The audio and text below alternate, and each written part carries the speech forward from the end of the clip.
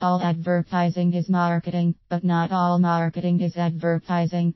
If you and your organization see it as the same, then now is the time to rethink your marketing efforts. Basically, it means that you are opening up a box of crayons marketing and trying to create a colorfully masterpiece with only one color advertising, then wondering why the canvas is lackluster and not attracting interested buyers.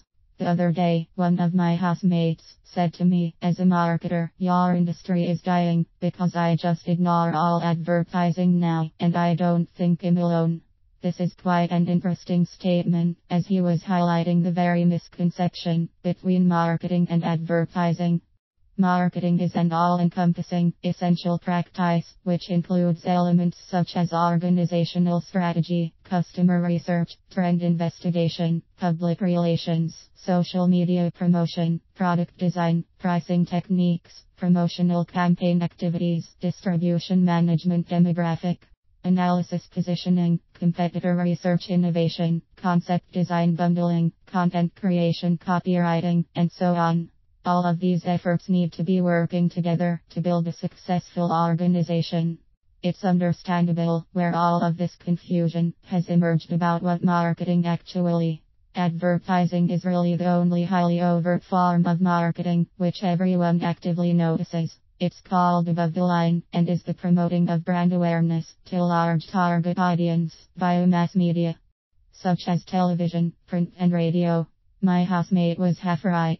The traditional mass advertising trend is starting to become ineffective because consumers are so utterly bombarded now that they are learning to automatically filter out messages of no interest to them.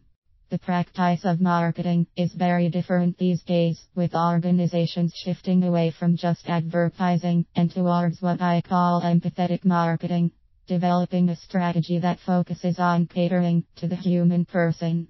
Advertising is all about forcing messages onto a potential customer's butt. Other methods of marketing are now far more effective and consumer-friendly. Organizational blogging is a way to reach people with general content that engages them in a less intrusive way.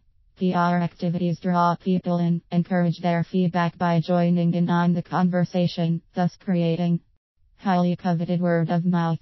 Podcasting is usually free and enjoyable for people to listen to at their convenience, and if scripted well, will gain a following of consumers that actively download each episode and end up as an advocate. Social media connects consumers to each other and offers advice and opens forums, thus easing the barriers to purchase. Today's consumers expect more than noisy, forceful messages. They want to be catered to, appreciated, wooed, and persuaded. They distrust forceful messaging and look to other, more trustworthy sources that essentially are other angles of marketing.